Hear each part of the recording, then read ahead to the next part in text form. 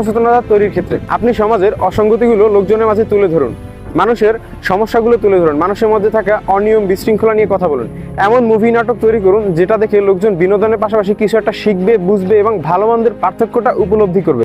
শিক্ষা বিস্তারের ক্ষেত্রে দেখেন ভাই, মানুষের পুঁথিগত শিক্ষাই একমাত্র শিক্ষা না।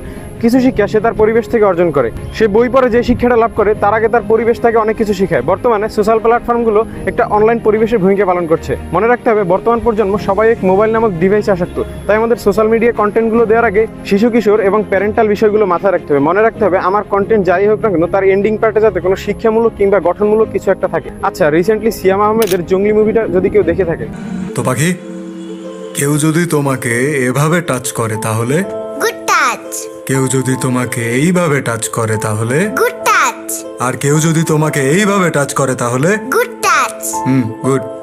এইবার বলো, কেউ যদি তোমাকে এখানে টাচ করে তাহলে, ব্যাড টাচ, কেউ যদি তোমায় এখানে টাচ করে তাহলে, ব্যাড টাচ, আর পেছনে যদি এখানে টাচ করে তাহলে, ব্যাড টাচ। গুড।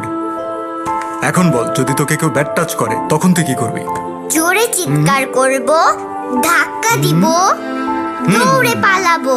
এই মুভিটায় কত সুন্দর করে একটা শিশুর জন্য তার প্যারেন্টস বা তার বাবা মায়ের ভালোবাসা কতটা ইম্পর্টেন্স তা তুলে ধরা হয়েছে। এখানে সোশ্যাল প্ল্যাটফর্মে লাইভ স্ট্রিম কতটা শক্তিশালী, কতটা জীবন্ত এবং মানুষ কত দ্রুত এটা ইন্টারাপ্ট করে তা খুব সুন্দর করে তুলে ধরা হয়েছে। আর সামনে যদি কোনোদিন মাথা উঁচু করে দাঁড়াতে না পারি তাহলে বাবা হয়ে কি লাভ? হ্যাঁ, আমি ভুল করেছি ব্যারিস্টার শারাফাত চৌধুরীর প্রলোভনে বানিয়ে। আচ্ছা, ফ্যামিলি এন্টারটেইনমেন্ট বিডি ইউটিউব চ্যানেলটা তো সবাই চিনে।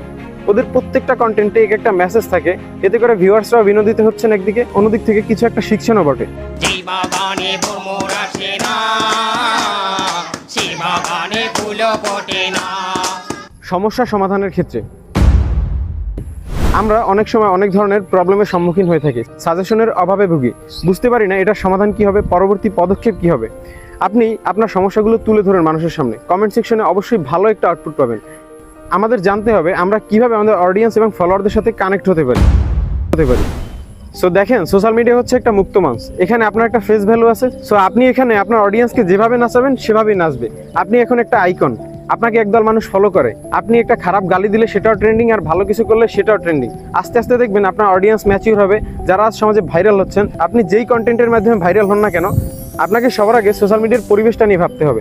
সো এই বিষয়গুলো নিয়ে কথা বললে দিন ফুরলেও কথা শেষ হবে না। সর্বোপরি আমাদের সোশ্যাল মিডিয়ার পরিবেশটা আমাদের হাতে করা।